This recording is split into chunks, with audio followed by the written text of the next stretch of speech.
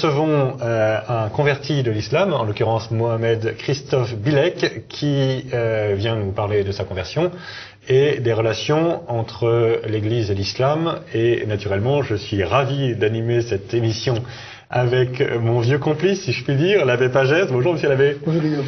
Très heureux de vous accueillir sur ce plateau. Et bonjour, cher Christophe. Bonjour à tous. Merci d'avoir accepté notre invitation, puisqu'on sait en particulier que c'est pas toujours facile de témoigner de la conversion de l'islam au christianisme. Même en France, les pressions ne sont pas négligeables. Alors ce que je vous propose, c'est que nous commencions par discuter un peu de votre conversion, cher Christophe. Vous êtes un vieux converti de l'islam, vous. Ah oui, je crois que vous êtes le doyen. À la limite, au même âge de baptême que le père. Alors je suis en tout cas baptisé depuis 1970, et auparavant je n'ai pas pu l'être parce que moi, je suis mineur, j'étais mineur, et que donc sans l'autorisation des parents, on ne peut pas dans l'Église catholique être baptisé. Absolument. Cela veut dire que, en fait, mon aventure a commencé avec la guerre d'Algérie, qui m'a fait venir en France, et sur les radios qu'il fallait écouter pour ne pas arriver en retard à l'école, il y avait à cette époque-là 2 émissions religieuses venant de Suisse, déjà faites par des protestants. Et donc, c'est comme ça que j'entends pour la première fois que Dieu est notre Père. Ah oui, ça c'est quelque chose de bouleversant pour quelqu'un qui vient de l'islam. Et surtout qu'il nous a tellement aimés qu'il nous donne son Fils. Alors, contrairement à ce qu'on pourrait croire aujourd'hui, moi ce n'est pas l'aspect, comment dire, paradoxal par rapport à l'islam qui m'a heurté. C'est au contraire l'enthousiasme de savoir que Dieu est Père et qu'il veut faire de nous ses enfants. C'est quelque chose d'incroyable. Et c'est ça qui m'attire. Alors donc, j'ai fréquenté donc par la radio et aussi par un échange épistolaire, puisque j'ai tout de suite écrit. Moi, ça m'intéressait. Mais quel âge à cette époque-là? Ça a commencé à l'âge de 12 ans. D'accord.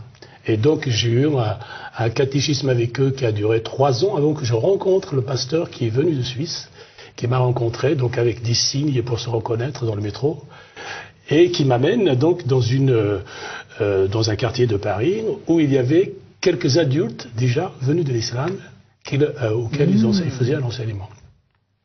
Alors moi, ce qui m'a étonné, c'est qu'il n'est pas allé dans une église et il n'avait pas de soutane. Ah, c'est qu'à l'époque, il y avait des soutanes, père. Ah, oui.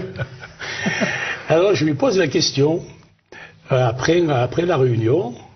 Et alors, il m'explique, c'est la séparation entre les protestants et les catholiques. Mais comme je demandais plus d'explications que ça, pourquoi vous n'êtes pas ensemble, etc. Donc il me dit, vous connaissez les pensées habituelles par rapport entre protestants et catholiques. Alors, j'ai retenu simplement le fait que les catholiques ne sont pas de bons chrétiens, de bons disciples de Christ. Et à l'époque, d'ailleurs c'est toujours vrai, j'ai une admiration énorme vers ceux qui, justement, dans l'Église catholique, ont donné leur vie totalement, notamment François d'Assise. J'ai rencontré dans un écoulé avec une histoire comme ça, qui est traînée, un livre qui est traîné, et surtout s'intéresse de l'enfant Jésus. Donc, très vite, je me suis fait des amis chrétiens, plutôt dans le ciel que sur terre, parce que là, évidemment... Ils sont plus solides dans le ciel. Exactement. Et ils ne nous lâchent pas, en plus. Absolument. Puis eux, c'est la vraie église. Absolument. Alors, c'est la question que ma réponse a été à ce pasteur, c'est Saint François d'Assise n'est pas un bon chrétien. Comment il a répondu? Bien, il se trouve que il a pris la tangente, il a dit que c'était avant la séparation. D'accord. Alors il s'intéresse à l'enfant Jésus et je dis, est-ce que c'est une mauvaise chrétienne, elle qui a donné à 15 ans pratiquement sa vie à Dieu? Bon, il ne savait pas trop m'expliquer, mais il a dit non, mais ça ne veut pas dire que tous les catholiques sont... bref. Donc on a continué quand même pendant 6 mois sur un centre qui était à Nogent-sur-Marne. Vous venez 12 ans alors? Alors non, c'est de 12 ans jusqu'à 15 ans là, que cette histoire va donc se dérouler avec eux. Vos parents vous laissaient comme ça fréquenter des mécréants? C'était discret, bien sûr, c'était discret. D'ailleurs, une fois, mon père avait trouvé des images pieuses, etc. Donc il a commencé déjà, une croix, je crois, et il a commencé à me menacer. Mais la menace définitive, ça a été en 67, plutôt la menace, c'est-à-dire la rupture définitive, ça a été en 67, où j'ai déclaré que je voulais devenir chrétien, et que là, évidemment, j'ai reçu une tannée. À 15 ans, donc, c'est ça? 17 ans. 17 ans. 17 ans. Je suis très impressionné. À 15 ans, donc c'est la découverte de la séparation des catholiques et des protestants. Et qui m'oriente vers les catholiques, parce que je ne pouvais pas me voir séparé d'un Saint-François, d'une thèse de Saint-Bernard, etc. Très impressionné par la jeunesse que tu avais à ce moment-là, le courage, la force d'âme que tu as eu pour chercher la vérité comme ça, écouter la voix de Dieu. Je suis très impressionné. Mon père, il faut savoir que je venais d'un pays qui ne connaissait pas tout ce monde-là. C'était un univers terrible. Pas l'univers que je connaissais, il était terrible par le manque de tas de choses.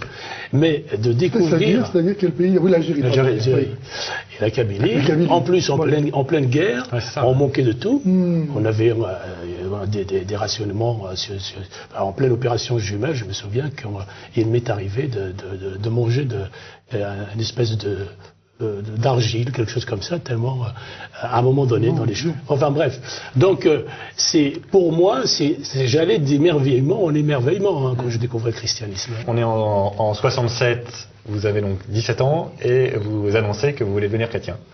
Voilà, alors donc les choses commencent à mal se passer, ce qui aboutit qu'en 3 ans après, je quitte la maison.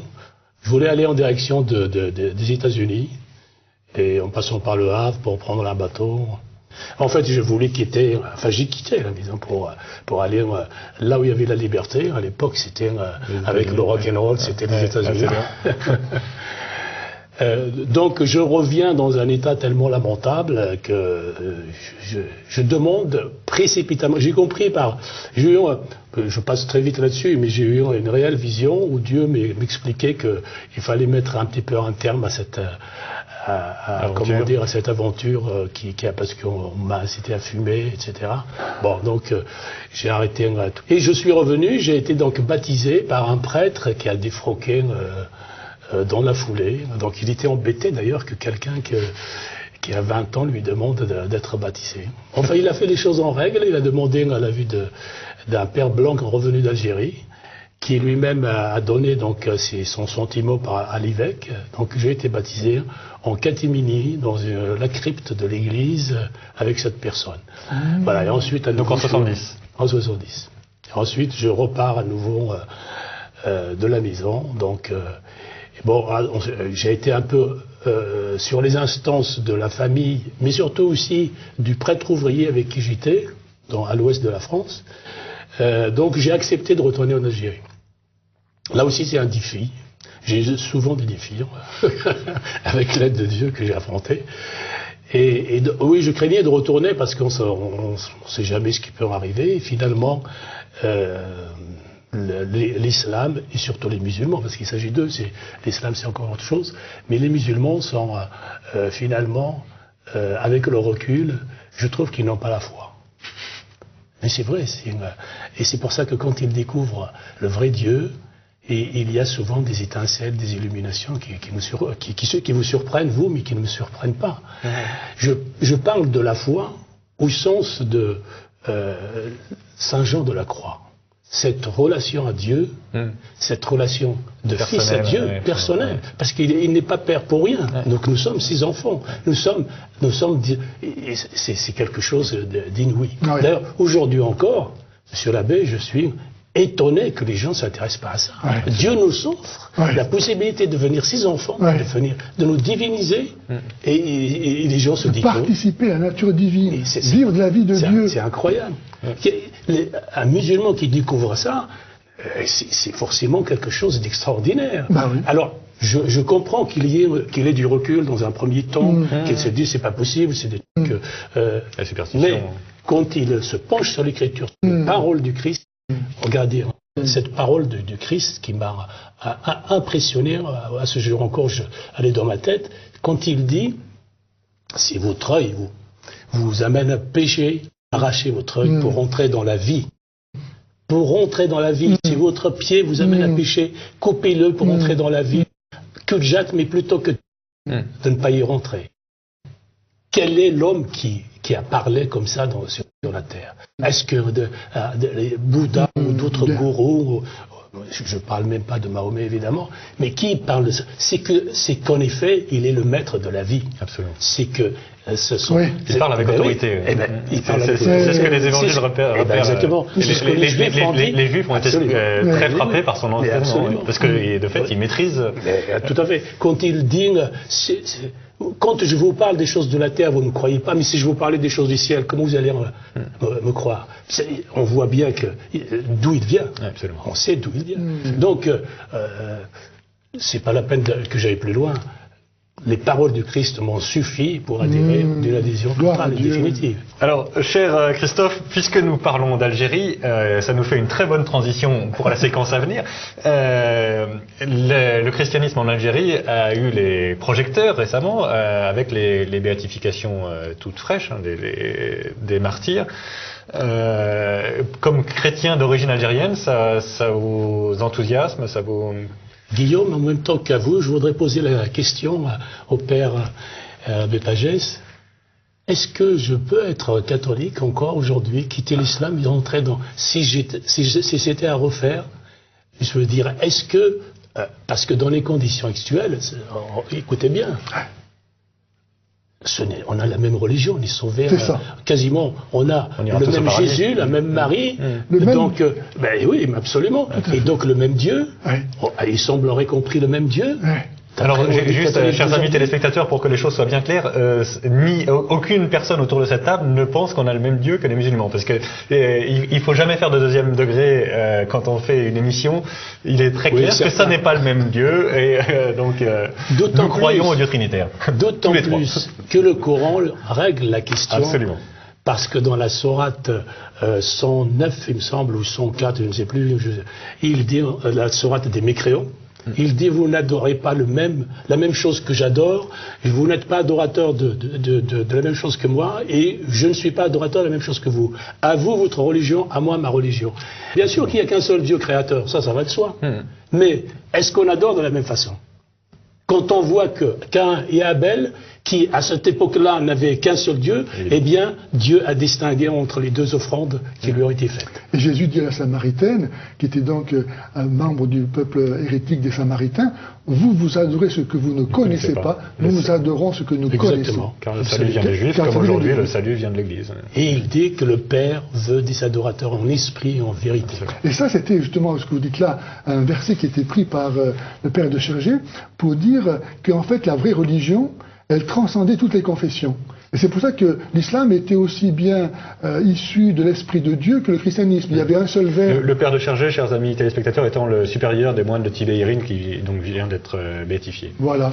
Et c'est ça qui répond à la question de Christophe. Est-ce qu'on peut être encore catholique aujourd'hui lorsqu'on voit que quelqu'un comme le père de Chergé, qui niait la différence radicale, absolue entre l'islam et le christianisme, est béatifié? Est-ce que moi j'ai cette foi aujourd'hui? Est-ce que moi je crois, comme le père de Chergé, qui m'a donné un exemple, que Dieu a inspiré Mahomet et a donné le Coran? Le père de Chergé faisait sa Lectio Divina dans le Coran. Que signifie cette béatification des moines de Tibérine qui contestaient la différence fondamentale entre Bible et Coran, entre Jésus et Mahomet? Est-ce que c'est la même religion? Donc évidemment la réponse est non, mais je pense, cher Christophe, que vous voyez quelque chose comme une islamisation de l'Église. Enfin, c'est un peu un mystère d'iniquité, mais l'obscurcissement du message évangélique. Quand on dit le mystère de l'iniquité, évidemment, ça veut dire qu'il y a quelqu'un derrière. C'est pas Dieu, évidemment. Hein, c'est l'antéchrist. Mais oui, c'est l'antéchrist. Et l'antéchrist, on sait aussi qui il préfigure et qui il figure. Absolument. Et peut-être ça vaut la peine de réinsister là-dessus. On le dit souvent sur ce plateau, mais Saint Jean dit très clairement, celui qui contestera la divinité du Christ, celui-là est l'antéchrist. Il est très clair donc que Mahomet est un antéchrist. On peut pas être catholique et ne pas croire que Mahomet, c'est pas le seul antéchrist, c'est pas l'antéchrist avec un L magique, mais c'est clairement une des figures de l'antéchrist et on ne peut pas lui obéir. Et donc en particulier, on ne peut pas croire qu'il soit inspiré de Dieu.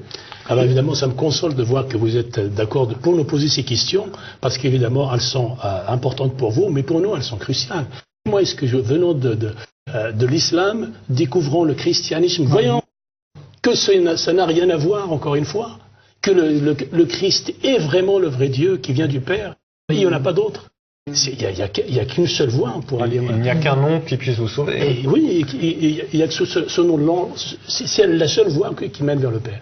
Bref, donc cette question, il faut que ceux qui nous écoutent imaginent un petit peu notre désarroi, c'est de rencontrer des gens qui aujourd'hui nous disent: mais nous avons le même Dieu, mais Jésus-Christ et Marie, on peut les prier tous ensemble. Vous voyez, donc vous connaissez aussi cette histoire à l'Annonciation, où les musulmans, c'est surtout d'ailleurs, elle est venue du Liban, mais c'est surtout en France que ça a pris. Ouais, donc les musulmans et les chrétiens, les catholiques surtout, prient ensemble Marie. Comment peut-on prier Marie ensemble?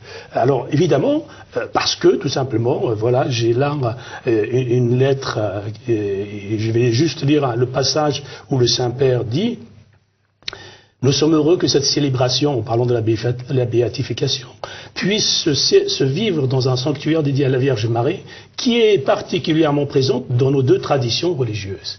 C'est pas la même Vierge. Bien sûr que le Coran parle de Mariam, et que ce nom-là, en arabe chrétien ou en arabe musulman, c'est le même prénom. Mais nous, c'est Marie, la mère de Jésus. Mère de Dieu. Et mère de Dieu, absolument. C'est ça et surtout, par ailleurs, la tradition nous le dit, Allah a couché en présence de Joseph. Il y a eu les bergers, c'est dans un lieu bien bien connu, Bethléem, annoncé par les prophètes. Dans une terre, et également, c'est la terre de Palestine ou de Terre Sainte. Et dans le Coran, on parle d'une vierge qui va accoucher sous un palmier et qui, pour sa défense, qui est la sœur de Moïse et Aaron. Alors, absolument. Quand elle va pour présenter son enfant, on lui dit: oh, sœur d'Aaron, votre père n'était pas comme ça. Et le père, c'est qui? C'est Imram. Et en effet, on a bien un Amram en hébreu dans l'Ancien Testament. Et cet Amram a bien eu 3 enfants. L'aîné, c'est Marie, ou Myriam. Et puis il y a eu Aaron, il y a eu Moïse. Et donc, comment 12 siècles minimum, parce que certains parlent de 14 siècles, séparent les deux. Les deux sont des personnages historiques connus, mais celle qui est dans le Coran, c'est une invention pure et simple. Donc, se baser sur une erreur aussi monumentale, c'est assez grave. Et surtout que Vatican II je suis désolé, mais jusqu'à présent, je ne parlais pas de Vatican II parce que je pensais que tout cela n'aboutirait pas longtemps. Mais finalement, ça prend des proportions. Aujourd'hui, nous sommes obligés de revenir au texte. Eh bien, Vatican II dit que les musulmans prennent Jésus pour prophète et qu'ils prient ou qu'ils invoquent Marie également. Donc, déjà, dans ces textes de Vatican II, dans Nostra Aetate, il y a quelque chose qui est l'ambiguïté. L'ambiguïté, cher abbé, a commencé par la traduction du Coran. La traduction du Coran, les musulmans ont toujours poussé à ce qu'on traduise Isa par Jésus. Et ça, comme les chrétiens d'Orient n'ont pas pu traduire le Coran, c'était dominé. C'est interdit de le traduire, le Coran, normalement. Donc, la traduction a été faite par Pierre le Vénérable avec quelques savants. Donc, ils l'ont fait, mais accompagné d'un musulman d'Espagne. À l'époque, l'Espagne était encore en partie musulmane. Et on peut trouver aujourd'hui sur Internet cette traduction. On voit bien que c'est une traduction, erronée. Mais surtout, il a fait passer ce musulman, Mohammed d'ailleurs, il s'appelait, il a fait passer le fait que Isa, c'est Jésus. À partir de là, toutes les autres traductions qui ont suivi ont toutes adopté la même chose. C'est assez incroyable.